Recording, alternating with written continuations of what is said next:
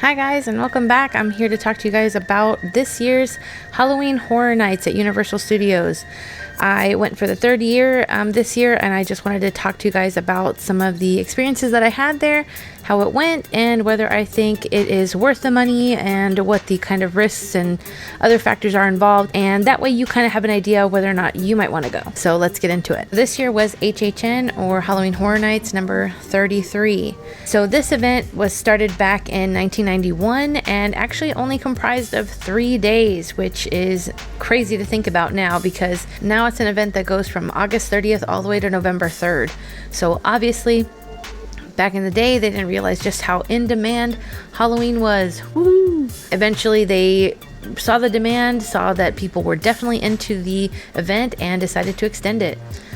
So fun fact, back in the 90s when it started, it was actually only $12.95 per person. If you look up the prices now, that is a huge difference from what it costs now. But obviously they added a whole lot to the event, so there's that too. But it only had one haunted house. So going from 1991 paying $12.95 a person for one house to now where it can range between $80 to $120 depending on the night for 10 houses.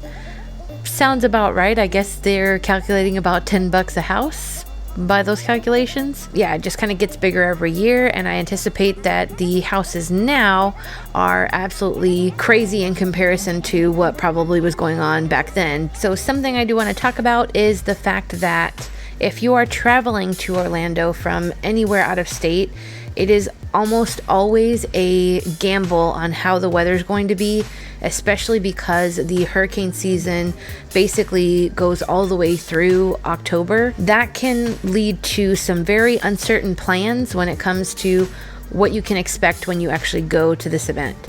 So just to put it this way, this is the third year that I've gone, and the very first year there was a Category 4 hurricane while I was there, smack dab in the middle of my trip, and it was terrifying and crazy, and definitely wouldn't recommend being there during a hurricane because it is just not something that you want to experience if you can avoid it. Third trip, which was this last trip that I took only a few weeks ago, I had to actually end my trip a little early because I was supposed to fly out the day that the hurricane hit again.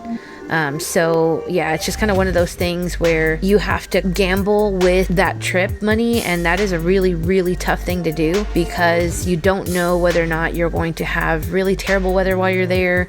And then sometimes you can get a situation where you're looking at the weather anticipating it's going to be really bad, so you might cancel your trip, and then come to find out it is beautiful and sunny and there was no issues during that time, and it's just kind of soul crushing that you in anticipation of the weather cancel your trip and then find out that it's going to be fine. So it is a very volatile situation when it comes to planning trips out there to Universal when you're from out of state, just because, like I said, it's a coin toss on how the weather might be and if there happens to be a hurricane, especially because if, like myself, you're having to plan these things months in advance, especially when it comes to your work time off, having to coordinate that along with having to try to get your flights planned as early as possible to make sure they're financially feasible as they can be, not to mention making sure that you just kind of have all your ducks in a row as far as your financial situation.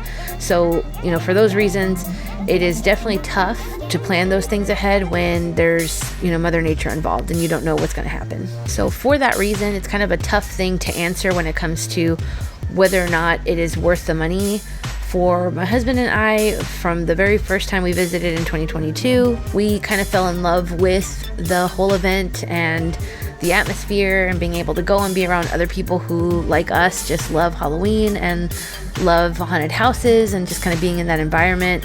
Not to mention having the themed foods and other things that you can go and look at and scare zones that you can kind of walk through and take part in while you're outside of the houses.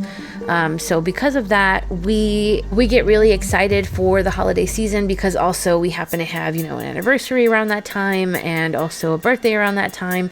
So we like to make sure that we kind of celebrate everything together, and we just look forward to it every single year since we've been. So it is one of those things where even though we know full well that it's going to be kind of a gamble, we still try to make it happen anyway. It's kind of a, kind of place your bets type situation when it comes to the days that you select on when you plan your trip. Another factor that can come into play when it comes to anything Florida related is rain. So for us, because we're from Texas and because weather is volatile here anyway, you can have it be hot, rain, and then have a cold front all in the same day. So we more or less know how to prepare for all kinds of weather. And I'm very good about pre-planning ahead of time, making sure we have, shoe covers, raincoats, all those necessary preparations to make sure that we're as comfortable as we can be if we're going to be out in the rain all day. But even with all those preparations, it's still a little miserable, to be honest with you, to be out walking all day in the rain and the constant mist. I know that was our experience this year. We actually had a day kind of start to finish for Halloween Horror Nights that was nonstop rain, and that was definitely something that put a damper on the whole experience, because scare zones, for one, the scare actors aren't out doing the scare zones, so that kind of cuts half of the experience, which is kind of a bummer. But I understand why they're not doing it, because I definitely would not want to be out there in full costume getting completely soaked in rainwater, that's for sure. I barely want to be out there when I have rain gear on in comfortable clothes. So yeah, I can't expect that they're going to do that, but it's just one of those things that is a bummer when you spend all this money and then you can't anticipate that those kind of things will happen. So that's one of those things that does kind of stink when it comes to that, because it's not like they give you, some sort of voucher, which I think would be a great idea though, if, if they know that you're visiting from out of state or wherever you're coming from, really, if it's a completely rained out day, they give you a voucher for a free meal or something along that line, because it is so incredibly expensive to do anything in these parks that not getting the full experience and, kind of feeling like you got half of what you paid for definitely leaves you with a sore feeling. But let's talk about some of the positives and some of the reasons why I like to go back every year, even though I know all of those possibilities that are there. So one of the things that they do is themed foods, like I mentioned before. So they do fun little things, like they just came out with a Shrek land, like a DreamWorks land, and they came out with a Shrek space shaped pretzel.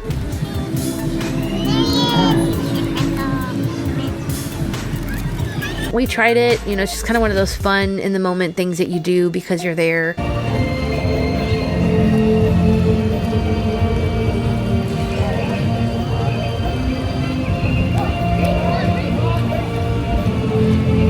I've had better pretzels, but it's cute. It was okay. It wasn't that great, but it was, one of those experiences. So we tried that. But when it comes to the Horror Nights, they have specific foods that only are available during the actual event. They'll have specific little food stands that are out only during that time period for, people who are actually participating in the event to try. And some of the things that we tried this year were the Slimer's Korean corn dog. And we're actually part of groups on Facebook that discuss all these things ahead of time, what people like, what they don't like. I do mention in my movie review videos that I think that if you want to try something or you want to see a movie, whatever, you shouldn't necessarily let bad reviews or what people say stop you. In this case, I'm glad that I did that and I heeded my own advice, because I really enjoyed the Slimer's Korean corn dog, even though people were saying that it wasn't that great. I thought it was delicious, and maybe I just happened to get a fresh one and other people didn't. I don't know. I can't really speak to that, but I enjoyed it. It had this crispy stuff on the outside that was just really good and kind of tasted like corn chip a little. Either way, it was just delicious and fried and crispy. And then the inside had a gooey green cheese, to be the Slimer part. And it was just really tasty. The flavor was great. It was, hot, fresh when we got it. And we really enjoyed it. And it was definitely big enough to share. And we also got a mini Stay Puft s'more, and we had already heard that it wasn't heated very much, and so it wasn't that enjoyable. We still got a kick out of it because it was shaped like the little Stay Puft guy, and it still has all the same flavors, you know, the marshmallow, the graham cracker, and the chocolate. The only bummer about it is that it's not very heated, so you don't get the same, you know, toasty marshmallow liquidy stuff, and you don't get the same melty chocolate that you do in a traditional s'more. So that's kind of, you know, one of those drawbacks, but you can't really anticipate that a small little food stand that's trying to prepare hundreds of these items is going to be able to sit there and toast every s'more for each particular person.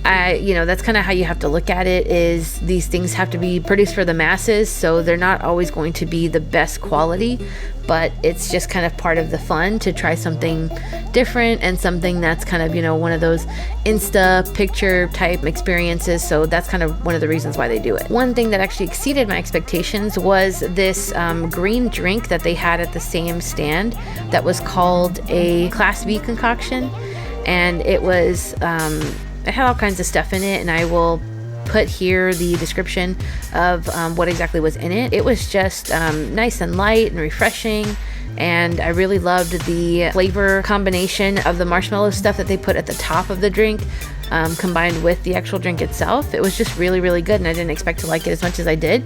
So yeah, I really enjoyed that part of it. And it was really nice to get a little break with the food, you know, in between going through the lines in the houses, to be able to stop and just kind of have a snack, you know, get to take a quick video of it, and, you know, then go on about the day. So to the main attraction of this whole event, which is the haunted houses. My husband and I, since we were only going to the event for the one night, we did end up doing the express passes for that one night, and we had no regrets about that. It was absolutely worth it, especially with how miserable it was in the rain. It was definitely worth being able to get through the lines a lot quicker and be done a lot earlier in the night than it would have been to be standing in lines and be on your feet that whole time, and just kind of add to the layers of misery that you might have had to experience otherwise. That being said, the houses, there is at least, you know, one, I would say, out of the 10 that makes me feel that childlike wonder, kind of feeling like you're walking straight into a movie.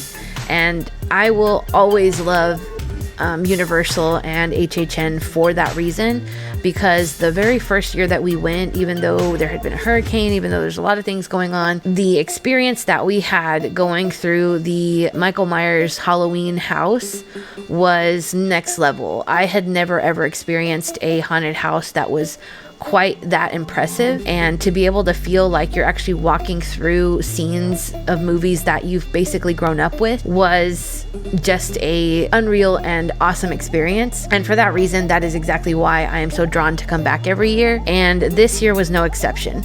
So I will go through some of the houses and kind of what I remember about them, if I remember them, and what my favorite parts were, and then get to, you know, my favorite of them all. One of them, and I don't remember a whole lot about it, was this one called Eternal Bloodlines. I know that one, I think, said it had Universal monsters in it.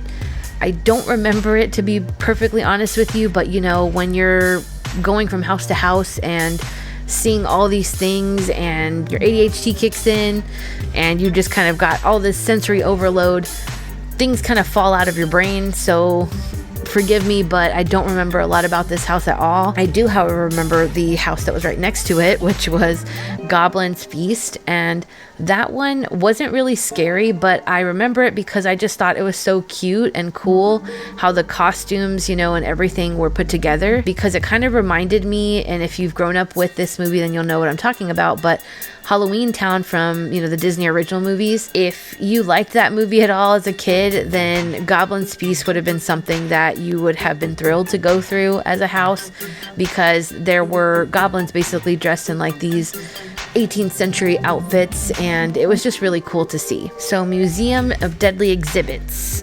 This one, the main thing I remember about it was that the fog smelled really good. So I don't remember a whole lot else, but I do remember that, to the point that I actually went onto Amazon and bought a diffuser and got a scent that I thought might smell similar, and somehow I got lucky and it smells exactly the same.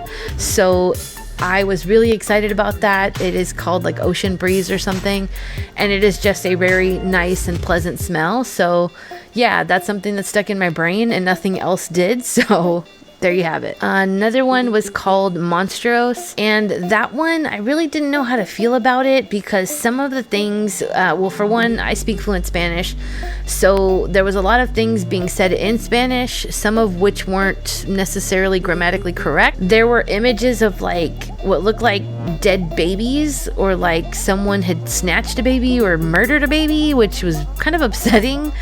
I really didn't get that whole vibe of that house in particular.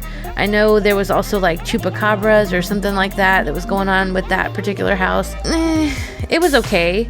It wasn't the worst, but it just, it was all right. Major Sweets Candy Factory was another house.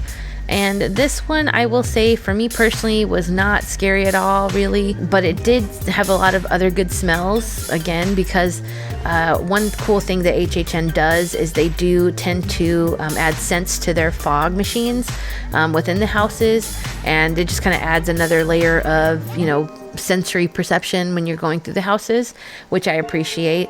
And this one definitely had that, and because it's a candy, thing, it definitely had some good smells in it too, and a lot of candy themed things going on. And I did like the visuals, but it just wasn't really scary at all to me, which kind of defeats the purpose of a haunted house. But it is what it is. Triplets of Terror, that was one that basically had like a tale of, it looked like three sisters, I want to say, and they kind of gave a Strangers movie vibe to them, as far as them kind of attacking people or kind of creeping up on you, and they were basically murderous sisters or murderous triplets. And that one wasn't so bad. That one did have some good scares in it, so definitely wasn't my least favorite. My favorites are automatically really the IP houses, which is the ones that are based on actual movie concepts. And of course, those are always my favorite just because I have a frame of reference in my mind when I'm going into these houses, and anything that kind of realizes something that you've only been able to see on screen is always a really cool experience, in my opinion. So even Ghostbusters, even though that one wasn't really that scary, I really loved the visuals in it. I loved being able to feel like I'm actually walking onto these, sets that I could only see on a screen. And one room in particular that I was impressed with was the Frozen room that basically has, all these icy spikes everywhere, and it just looks completely frozen, everything.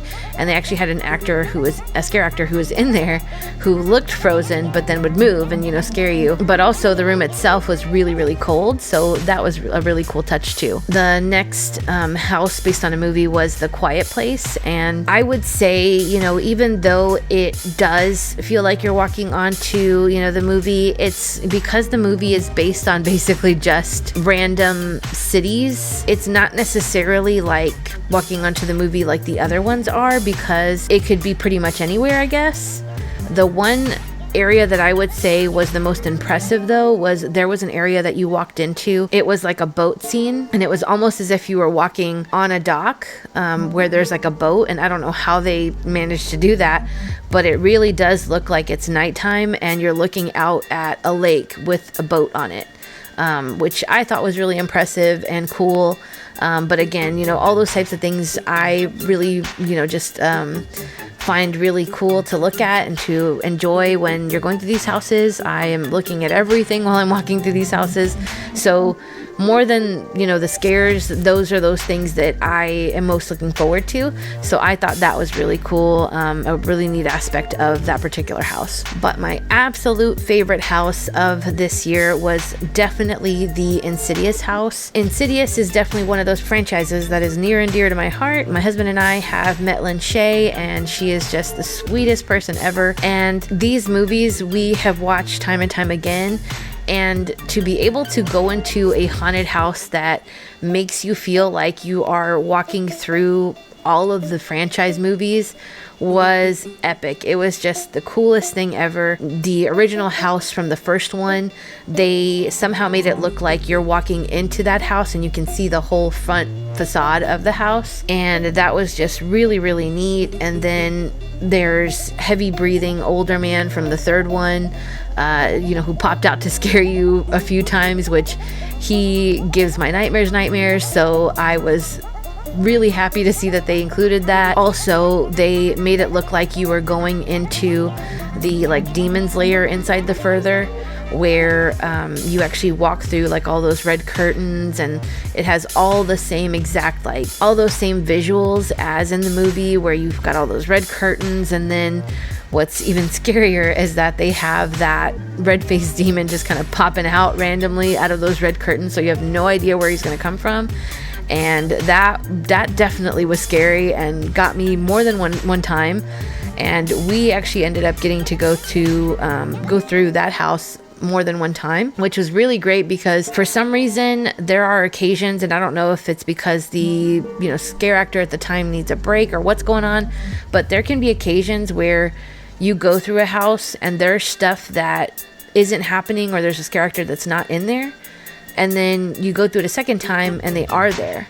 So there have been times, I remember even from previous years, where we would see photos or videos of other people going through a house, and we're like, wait a minute, we never saw that. That was not part of what we went through. And it was kind of upsetting, because again, you're spending thousands and thousands of dollars, you're using up your vacation time, you're flying out to this location, and to find out that you went through a house because that's the only chance you had was the one time, and you did not get the full experience, that definitely is deflating. It kind of makes your heart sink into your stomach and does not make you feel good. So I would definitely say that is one thing that I would highly recommend, that if Universal is going to up their game, is make sure that if you're going to have, you're going to have these high astronomical prices, and especially knowing that people are traveling from all over the place, including other parts of the world, that you're ensuring the same experience, even if it means possibly, shutting down the house for a minute, in order to allow whatever needs to happen, but to make sure that, everyone feels like they're getting the same experience, because it definitely is not a good feeling when, like I said, you're spending all this money and then you find out that you missed out on something that everyone else got to see. But that's just how I feel about it. And again, I'm just speaking from my experience, which is having to, like I said, deal with vacation, deal with flights, dealing with all those things, having to align perfectly in order to make these things happen. So when that does happen and you find yourself in a situation where you don't get the full experience, it is just one of those extra disheartening moments, but it is what it is. So that being said, and talking about coming from out of state, as far as the lines go, so even though it was kind of pouring down rain all day long, the lines, they still got up to about 45 minutes on some of them, if not a little bit longer than that. And the Express Pass definitely made those lines a ton shorter.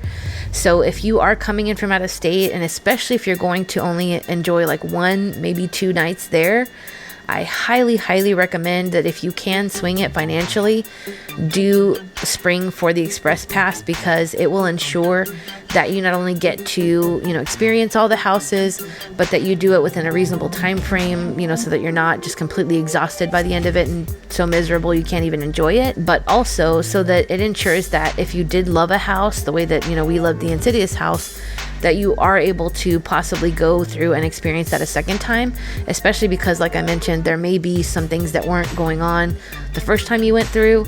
So that is always something that, I keep in mind now, since, I've experienced it firsthand and seen that, even in just a matter of a few hours, there can be a big difference on whether or not you get to see something or you don't. Either way, just know that Halloween Horror Nights is something that I, plan to do as long as I can, financially swing it. Like I mentioned before, this is not always something that I have been able to do. This is something that my husband and I have, had to kind of scrape and save and make sure that we are able to budget for every year as far as that goes. And I haven't regretted it so far, but it's something that we greatly enjoy. Ultimately, it's something that I think that if you're a horror fan, that it is something that you should experience at some point if you can. If for any reason, you can't do Halloween Horror Nights, then I highly recommend checking out Orlando Hallowscream, which is at the SeaWorld in Orlando, and that is a much more affordable option. The houses are not, from specific movies. They are their own, made up concepts However, they are still fun. It is still just as cool an event. You get to walk around, do different houses. They also offer their own express pass if you want to do that, at a much more reasonable rate than you would be able to do at Halloween Horror Nights. And also, they, just like Universal, have roller coasters that are going on during the event as well that you get to ride. My definite favorite at SeaWorld has to be, it is super fun, has a tiny little thing that holds you in there, but the breeze was just magical while going on that ride. I also greatly enjoy the pipeline coaster, which is the standing roller coaster. That is definitely a different experience than other coasters for sure. And also the manta ride, which actually has you sitting down, but then it kind of makes you go like this so that you're just facing the ground the whole time, which is pretty terrifying the first time you go on it. But after riding it the one time, we actually got back on it immediately because it was a blast to ride. So if you are a thrill seeker as far as thrill rides, then that is definitely still a great option. If you don't want to do Halloween Horror Nights or can't do it, then definitely check out Howl-O-Scream at Orlando. But that being said, have you gone to HHN before? Do you plan to? Have you gone to Howl-O-Scream before? If you have, or you anticipate you might plan a trip soon, drop me a comment below and let me know how that's going for you, if you're wanting to do that at some point. And if you like Halloween movies or all things horror, including Halloween hauls, then definitely check out my other videos and hit that like and subscribe button, and I will see you guys in the next video. Bye guys. Woo!